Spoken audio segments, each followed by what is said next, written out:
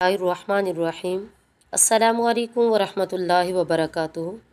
حضرت جابر رضی اللہ تعالیٰ عنہ فرماتے ہیں، رسول اللہ صلی اللہ علیہ وسلم نے فرمایا، تم اپنے ماں باپ کے ساتھ حسن سلوک کرو، تمہاری اولادیں تمہاری خدمت کریں گی۔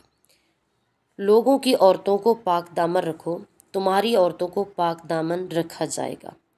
اور جس کے پاس کوئی شخص معذرت کرتے ہوئے آیا لیکن اس نے قبول نہ کیا، وہ میرے پاس میرے حوض پر نہیں آئے گا۔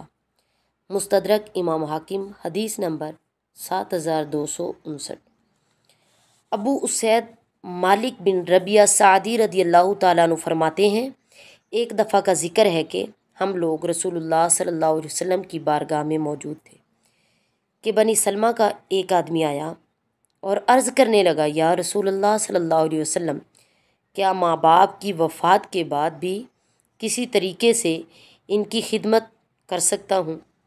آپ صلی اللہ علیہ وسلم نے فرمایا، جی ہاں، ان کی نماز جنازہ پڑھو، ان کے لیے مغفرت کی دعا کرو، ان کے کیے ہوئے وعدوں کو پورا کرو اور ان کے رشتہ داروں کے ساتھ حسن سلوک کرو۔